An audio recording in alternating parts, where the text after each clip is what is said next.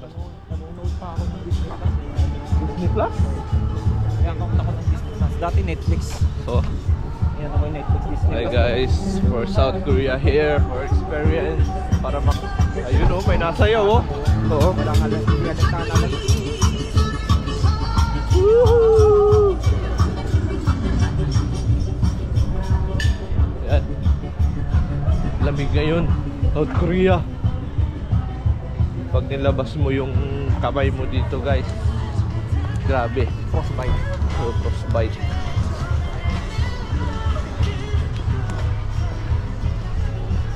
Dito yung mga surplus oh. Hyundai surplus.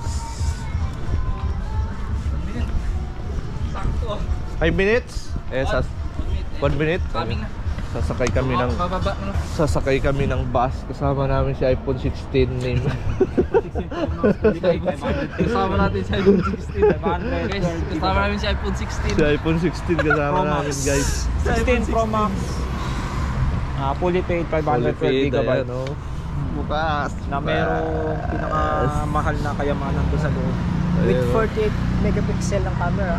Tapos may 10,000 mAh na alam battery. nyo kung magkano yan guys? Tapos gwapo pa. Magkano yan bro?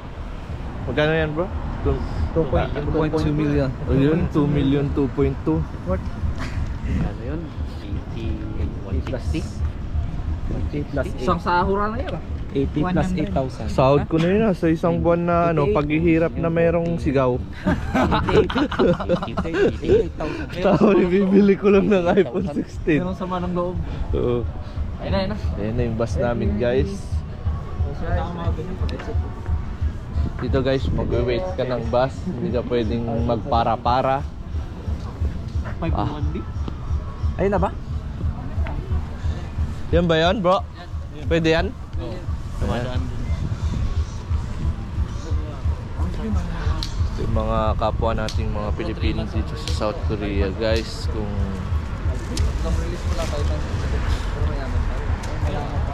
Kung hindi nyo makaklose yung mga katrabaho nyo guys, sumanap kayo ng mga Pilipinong mapapakisamahan. Diba bro? Ha? Pag hindi nila kaklose yung katrabaho nilang Pilipino, humanap sila ng mga Pilipinong makaklose nila. Oo. Hindi ka mahugsik. Iba-iba kasyahan. Iba-iba ugali ba? Kahit ka lang. Yan guys, sakay kami. So ito yung ginagamit namin ano. Yung card mo pwede. Saka ito yung bayad oh. Napakamura. 1.5 sa mga adult. Ang 1.5 is magkano yun bro? Sa 1.5 o 60. So 3 kilometers lang yung pupunta. Ilang kilometers yan bro? 4. Yan guys, sakay kami. Yan dito nang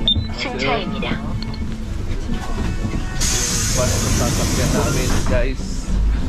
Ito yung mga passengers natin, mga Pinoy. Hello guys, for today's vlog. Welcome to my vlog. Ayan. So dito sa bus na ito guys, bawal pong maingay. Sa pansin. Rodilio siguro. Bawal pong maingay dito. Ayan. Ayan yung bus. Saka doon sa may yellow lane, bawal pong umupo doon for senior. Tama ba bro? Senior citizen doon. Please. Merong kapansanan. Ayan, please. Yung pink. Yung pink pang buntis, pero laging walang buntis dito.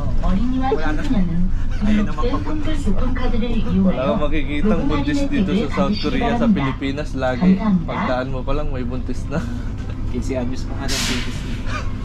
Dito halos walang nagbubuntis guys, kahit malamig yung klima nila. Sabi, malamig lang yung klima, dami ng buntis. Kahit tirik ang araw. Patay ang ilaw nga mo. Kahit tirik ang araw, basta Patay ang ilaw. ilaw. Ayan guys.